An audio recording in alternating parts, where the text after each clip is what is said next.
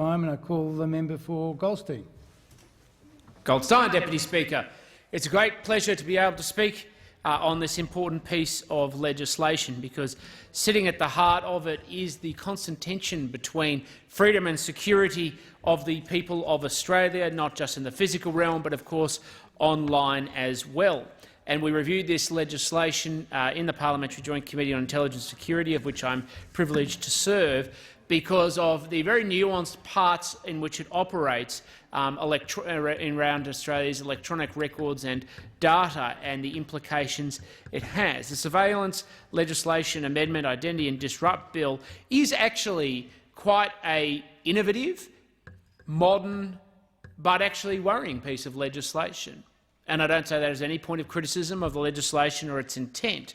but in the end it raises serious questions about the bounds of the state, the capacity in which police force and our agencies can investigate certain operations and the means in which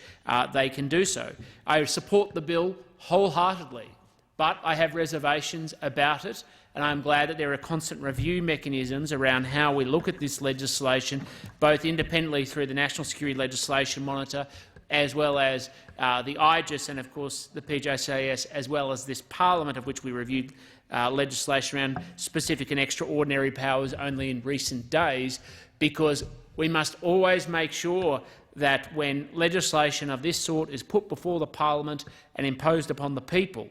that it has proper accountability and scrutiny, and that it continues to meet the needs to keep Australians free and safe.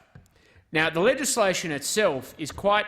complicated, but goes to the heart of one of the emerging challenges that exists around disrupting significantly online activity for which it is done with malintent, malicious intent, or to undermine, of course, Australians' health, welfare and security. And the bill introduces essentially three new powers that will substantially boost the capacity of the Australian Federal Police and the Australian Criminal Intelligence Commission to fight cyber-enabled serious crime. And of course, in many cases, this work, or what is ordinarily completed by these agencies, is done so with existing powers in a physical realm, but is about updating legislation to enable them to do similar work, recognising the complexity and the emergent challenges of the online world. So there are three essential new powers. One is the network activity warrants, which will enable the Australian Federal Police and the ACIC to collect intelligence on the most harmful criminal networks operating online, including on the dark web and when using anonymising technologies. And we need to realise, Deputy Speaker, particularly amongst criminal networks, how common these anonymising technologies are. We are all very familiar with encryption with our own communications in the modern era, and in many cases we're very thankful for them to maintain and preserve our privacy and security as well.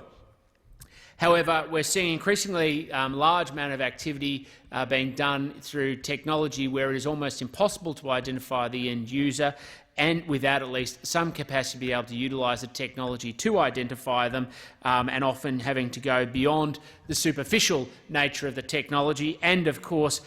in the realm of the dark web where nefarious intent lies. Now, the overwhelming majority of Australians have no real interest in the dark web, including myself. The only time I've ever been there is when somebody's demonstrated to me how it is that one gets there, and it's more complicated than, frankly, I'm probably interested in entertaining in an ordinary context. But I know that, of course, there are many people who have used the dark web, and sometimes for legal or legitimate reasons. But the overwhelming majority of people who use the dark web are doing it because they're trying to conceal something, and there's a reason why they're trying to conceal it. And I don't mean in terms of morality, though that can be a part of it, but simply because they know what they're engaging in is a form of criminal conduct that, if it came to the attention of responsible agencies, would be justifiably suppressed because it would cause harm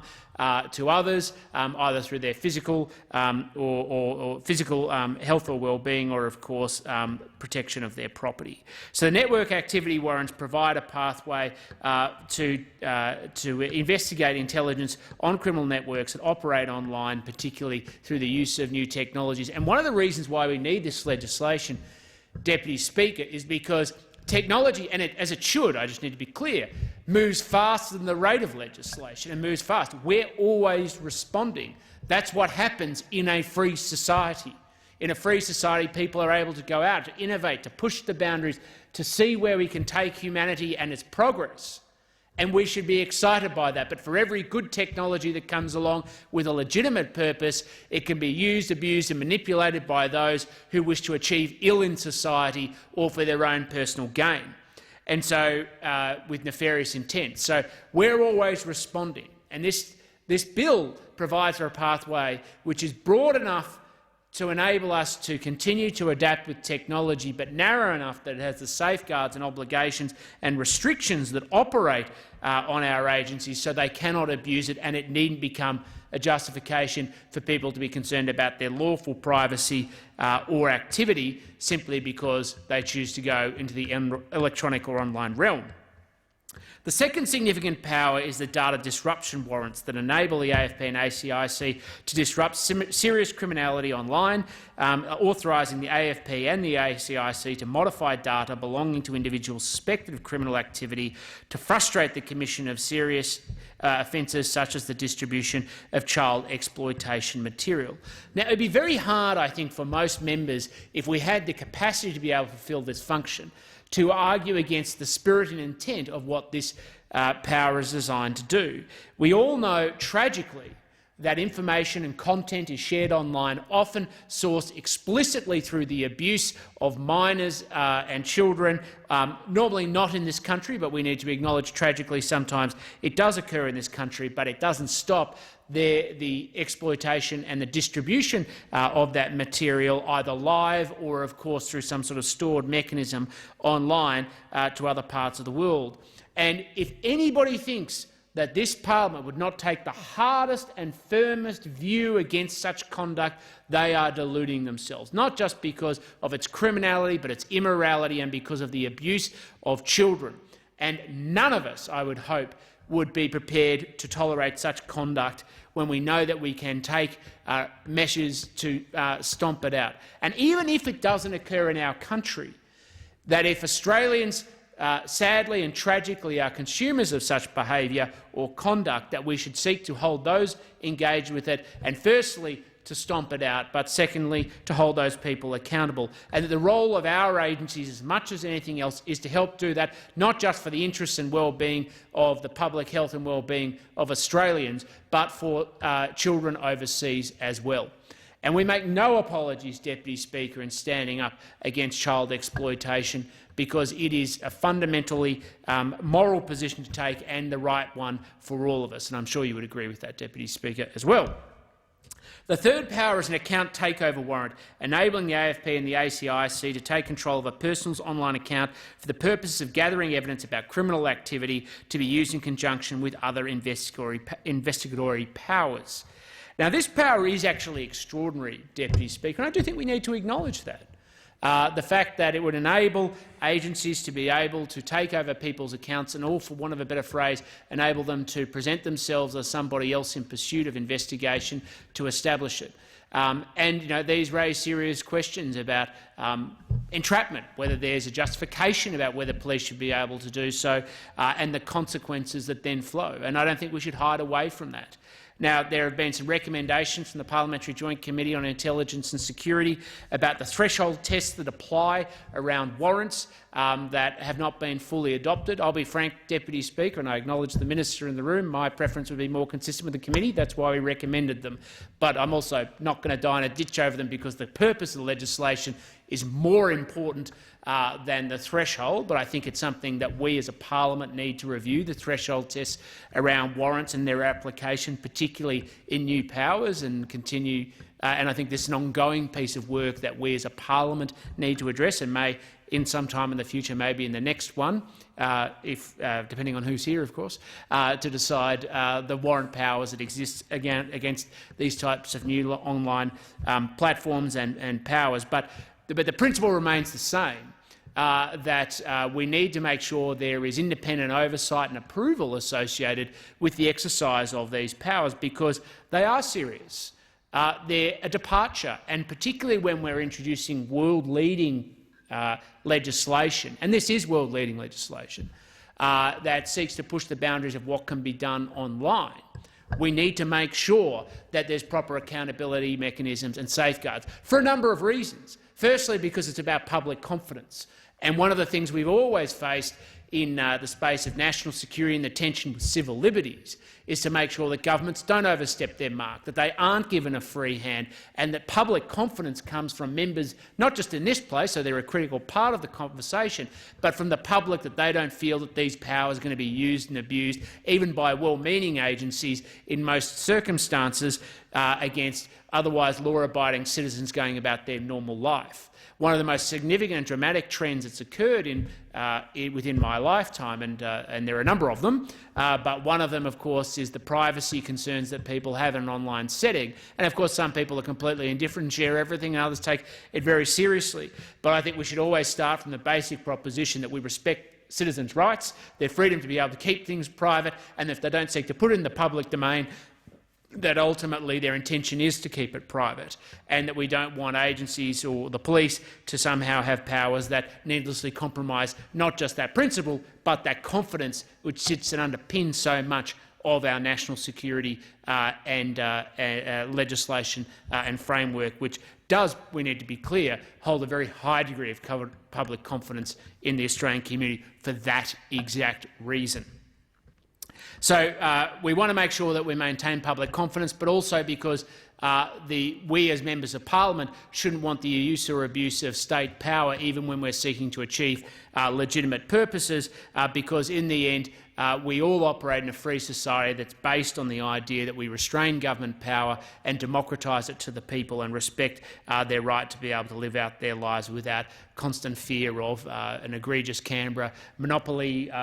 Canberra oversighting their daily lives. So I think we have got broadly the legislation we need. It's gone through the PJCIS process, which, as I've said previously, Deputy Speaker, is a very collegiate one. As a committee member, every piece of legislation we go through, including this one, we often get substantial briefings from agencies, as well as, of course, feedback and public hearings that reflect questioning to challenge and test the assumptions that sit behind it and the justification and the need for it. And one of the things, particularly with this legislation, is we were taken through some aspects of the application of it. Now, of course, some of those briefings are, as always, done confidentially, but they provide members with an insight into how these agencies work successfully to do the job that they need to do, and on behalf of us. And when you get reports from PJCIS making a recommendation to pass legislation, it's a reflection of the confidence not just that which this House holds, the committee, that they're adopted, but also the committee has with the House in terms of the degree of respect, in terms of the rigour that we apply. And it is often very rigorous, often with members having quite diverse views, including myself, I'm proud to say, and sometimes taking a bent that directly challenges the assumptions that sit not just behind the power of the agencies, but sometimes the positions of government, including from government members as well. And that should breed confidence. As somebody once remarked, you have the full philosophical spectrum of our parliament represented on that committee, and that's one of the reasons why it does good work. And that is one of the reasons why it should continue to do good work, so that this House can make decisions with confidence. So this legislation is important. It gives a very good basis for the updating of electronic appropriate surveillance of online behaviour where people engage in criminal or nefarious activity. And the three new powers that are included in it provide a clear basis in which we can ensure that our agencies have the powers they need to do the job that we, the people, as well as this parliament, want them to do. None of them are in contexts where people are engaged in behaviour that would normally pass social acceptability. Each time that these powers are used, they are designed, and with the thresholds and safeguards that operate around them, to ensure that they're cracking down on criminal behaviour, which is completely unacceptable, whether it's from the drug trade and or other types of forms of exploitation, and particularly I refer to the data disruption warrants around child exploitation material, but also how technology, where it can be used to empower the individual for good purposes, also needs to be constrained where it's used for nefarious ones, and that we will need to continue to review and update this legislation, and not just this but many other bills, to continue to follow and respond to the evolution of technology. It's one of the most critical challenges we face in this parliament, and it's one we must take up with muster. I thank the member for Goldstein.